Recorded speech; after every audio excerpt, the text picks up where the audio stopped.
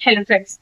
तो प्रेगनेंसी की 7th month में यानी कि जब आपका प्रेगनेंसी का थर्ड ट्राइमेस्टर स्टार्ट हो जाता है तो बहुत बारी हमारी बॉडी में काफी सारे ऐसे न्यू चेंजेस होते हैं, काफी सारे ऐसे प्रॉब्लम्स होती हैं जिन्हें कि आपको मालूम होना बहुत इंपॉर्टेंट होता है। कुछ ऐसे प्रॉब्लम्स होती हैं जो नॉर्मल होती हैं, कुछ ऐसे प्रॉब्लम्स होती हैं जो नॉर्मल नहीं होती हैं। किन किन बातों का ध्यान रखना चाहिए, कौन कौन से प्रॉब्लम्स आपके साथ होती हैं जो नॉर्मल होती है और कौन कौन से प्रॉब्लम्स नॉर्मल नहीं होती हैं, आज के इस वीडियो में इस टॉपिक पर बात करने वाले हैं। चलिए वीडियो स्टार्ट। 7th मंथ तक आपकी बॉडी के बच्चे की जो डेवलपमेंट होती है वो ऑलमोस्ट अच्छे से हो गई होती है। इसके सारे पार्ट्स अच्छे से डेवलपमेंट हो गए होते हैं। बस बच्चे के जो लंग्स होते हैं यानी कि जो उसका डाइजेशन सिस्टम होता है वो अच्छे से मैच्योर नहीं हुआ होता है। तो इस टाइम में ये ध्यान रखना चाहिए कि आपको प्री मेच्योर डिलीवरी ना हो पाए। इसके लिए आपको कुछ सावधानियां बरतनी चाहिए, क्योंकि बच्चे जब 7th मंथ में 8th मंथ में जन्म लेता है तो उसको यही प्रॉब्लम होती है कि बच्चे के लंग्स अच्छे से मैच्योर नहीं होते हैं। बच्चे का जो डाइजेशन सिस्टम होता है वो इतना अच्छा मैच्योर नहीं हुआ रहता है कि वो अपनी चीजों को डाइजेस्ट कर सके। इसलिए बच्चों को ध्यान में रखा जाता है, ऑब्जर्वेशन में रखा जाता है। प्रेगनेंसी के 7th मंथ तक आपको बहुत सारे लोगों को काफी सारी प्रॉब्लम होती हैं। जो पहले प्रॉब्लम होती है वो उल्टी का कम आना ज्यादा आना। तो देखिए बहुत सारे लोगों को जो प्रेगनेंसी की स्टार्टिंग मंथ होती है सिर्फ उसमें वॉमिटिंग होती है। उसके बाद उनकी जो वॉमिटिंग होती है सेकंड ट्राइमेस्टर में, थर्ड ट्राइमेस्टर में बिल्कुल खत्म हो जाती है। लेकिन कुछ लोगों की प्रॉब्लम ये 9 मंथ तक बनी रहती है। कुछ लोगों को प्रेगनेंसी के सेकंड ट्राइमेस्टर या थर्ड ट्राइमेस्टर से प्रॉब्लम स्टार्ट होती है। उनको स्टार्टिंग में इतनी प्रॉब्लम्स नहीं होती है, फर्स्ट ट्राइमेस्टर में उनको वॉमिटिंग नहीं होती है, लेकिन उनको प्रेगनेंसी के 7th मंथ पर, प्रेगनेंसी के 6th मंथ वॉमिटिंग होना स्टार्ट हो जाता है। वॉमिटिंग इन द सेंस कि उनको किसी भी चीज को देख के उबाई आ रही है, किसी भी चीज को देख के उनका मन खराब हो जा रहा है, उनको स्मेल बहुत ज्यादा आ रही है किसी चीज की। अचानक से जो चीज उनको अच्छी लगती थी वो चीज उनको खराब लग रही है। तो इस ये प्रॉब्लम बहुत ज्यादा होती है। तो प्रेगनेंसी में बहुत सारे लोगों का एक क्वेश्चन होता है कि मैं वॉमिटिंग कब तक होगी। तो ठीक है, ये इफेक्ट नहीं है कि आपको वॉमिटिंग कब तक होगी प्रेगनेंसी में। किसी किसी को तो 9 मंथ के बहुत ज्यादा वॉमिटिंग होती है, किन्हीं किन्हीं लोगों को सिर्फ फर्स्ट ट्राइमेस्टर में वॉमिटिंग होती है।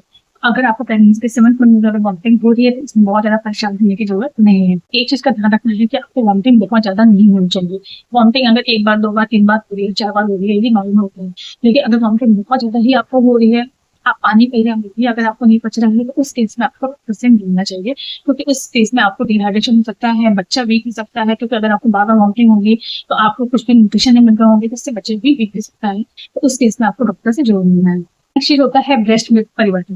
ये देखिए क्या होता है, प्रेगनेंसी के स्टार्टिंग से ही हमारे ब्रेस्ट में थोड़ा थोड़ा टाइट हो जाता है, निपल के आसपास का एरिया काला हो जाता है।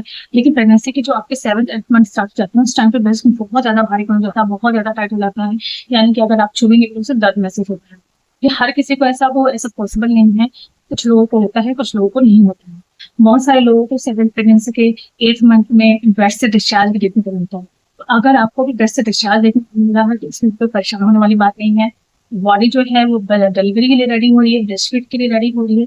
तो ऐसा कुछ बहुत सारे लोगों के साथ होता है कि प्रेगनेंसी के 7th मंथ में, 8th मंथ में थोड़ा बहुत ब्रेस्ट से डिस्चार्ज देखने को मिलता है। तो अगर आपको भी ऐसा डिस्चार्ज देखने को मिल रहा है तो उसमें बिल्कुल आपको परेशान। नेक्स्ट चीज है कि प्रेगनेंसी 7th मंथ में आपको एक चीज का और ध्यान रखना है कि आपको खाना अच्छे से खाना है। क्योंकि अगर बहुत सारे लोगों को क्या होता है कि अगर वॉमिटिंग हुई है, क्योंकि 7th मंथ में क्या होता है बहुत ज्यादा आपको बहुत ज्यादा heart burning, constipation, gas acidity की प्रॉब्लम बहुत ज्यादा होती है, सीने में जलन की प्रॉब्लम बहुत ज्यादा होती है। तो इसमें आपको ये ध्यान रखना है कि आपको बिल्कुल भी ऑयली मसालेदार खाना नहीं खाना है। जितना हो सके आप उतना लिक्विड लें। आप ठंडी चीजें खाएं, जैसे कि दही खाएं, छाछ पी सकते हैं। इससे जो आपके हार्ट बर्निंग की प्रॉब्लम होती है काफी हद तक कम होती है, क्योंकि सीने में हार्ट बर्निंग की प्रॉब्लम बहुत ज्यादा होती है। और अगर आप कुछ खाएंगे पिएंगे नहीं तो उससे भी आपको प्रॉब्लम हो सकती है, आपके बच्चे को दूध डेवलपमेंट पे इफेक्ट पड़ सकता है। इसलिए आपको छाछ अच्छे से पीना चाहिए। छाछ हार्ट बर्निंग के लिए बहुत अच्छा होता है। बाकी आप लिक्विड ले सकते हैं, आप पानी अच्छे से पीजिए। ये प्रेगनेंसी के 7th मंथ तक आपको सोने में भी बहुत ज्यादा प्रॉब्लम होती है, आपको नींद अच्छे से नहीं आती है, क्योंकि कुछ टाइम तक पेन बहुत अच्छे से निकल गया होता है, आपके बैक में बहुत ज्यादा पेन होता है, आपके थाइस में बहुत ज्यादा पेन हो सकता है। इसीलिए सोती हूँ मैं आपके लिए ध्यान रखना है कि आपको अच्छे से सोना है।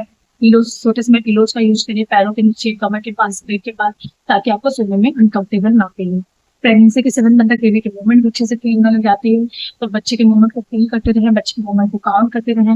बच्चे के मूवमेंट एक दिन में 10-12 बार होनी चाहिए, होनी ही चाहिए। अगर इससे ज्यादा हो रही है तो अच्छी बात है, अगर इससे कम हो रही है उस केस में आपको डॉक्टर से एक बार जरूर लेना चाहिए, क्योंकि बच्चे के मूवमेंट जो है 7th 8th 9th मंथ तक 15 बार, 12 बार जरूर होनी चाहिए। तो बच्चे के मूवमेंट को भी इस टाइम पे आपको ऑब्जर्व करते रहना है कि बच्चे के मूवमेंट कहीं कम तो नहीं हो रही है।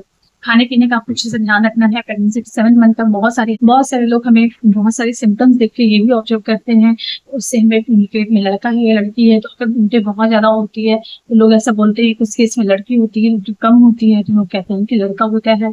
अगर आपको नींद अच्छे से नहीं आ रही है तो इसका मतलब होता है कि लड़का है, नींद अच्छे से आ रही है इसका मतलब लड़की है। और तो ये सारे ऑब्जर्वेशन भी लोगों का ऐसा होता रहता है। तो इन सारे ऑब्जर्वेशन को कहीं भी प्रूव तो नहीं किया जाता है, लेकिन जैसे कि लोग पुराने ऐसे बोलते आए हैं, तो उससे आप ये सारी चीजें को थोड़ा बहुत अंदाजा लगा सकते हैं।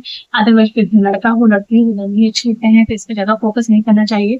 आपका फोकस ये होना चाहिए कि आपके होने वाला बच्चा वो हेल्दी हो, स्ट्रांग हो, कि प्रेगनेंसी कंटिन्यू अच्छी चल सके। तो फ्रेंड्स, यही था आज का वीडियो। आई होप कि वीडियो आपको अच्छी लगी हो, इन्फॉर्मेटिव लगी हो।